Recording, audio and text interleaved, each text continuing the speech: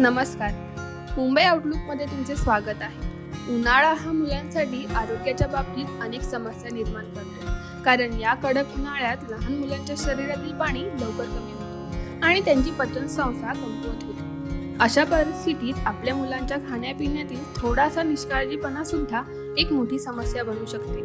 अनेकदा पालक नकळतपणे आपल्या मुलांना असे पदार्थ खाऊ घालतात जे उन्हाळ्यात त्यांच्यासाठी हानिकारक ठरतात.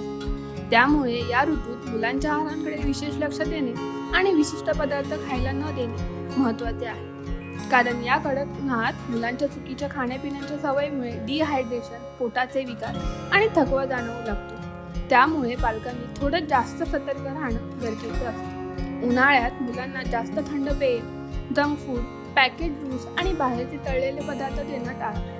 त्याऐवजी त्यांना ताजी फळं, घरचे बनवलेले पदार्थ आणि भरपूर पाणी द्या. उन्हाळ्यात मुलांसाठी ताजी आणि रसाळ फळं खूप फायदेशीर असतात. कलिंगड, खरबूज, आंबा, द्राक्ष आणि संत्री यासारखी फळे शरीराला पाणी देतात आणि एनर्जीही टिकवून ठेवतात. त्यामुळे रोजच्या आहारात किमान 1 ते 2 फळांचा समावेश नक्की करा. बाजारातील थंड पेयांऐवजी घरचे लिंबू पाणी, नारळ पाणी, बेल सरबत किंवा आम पन्ने द्या.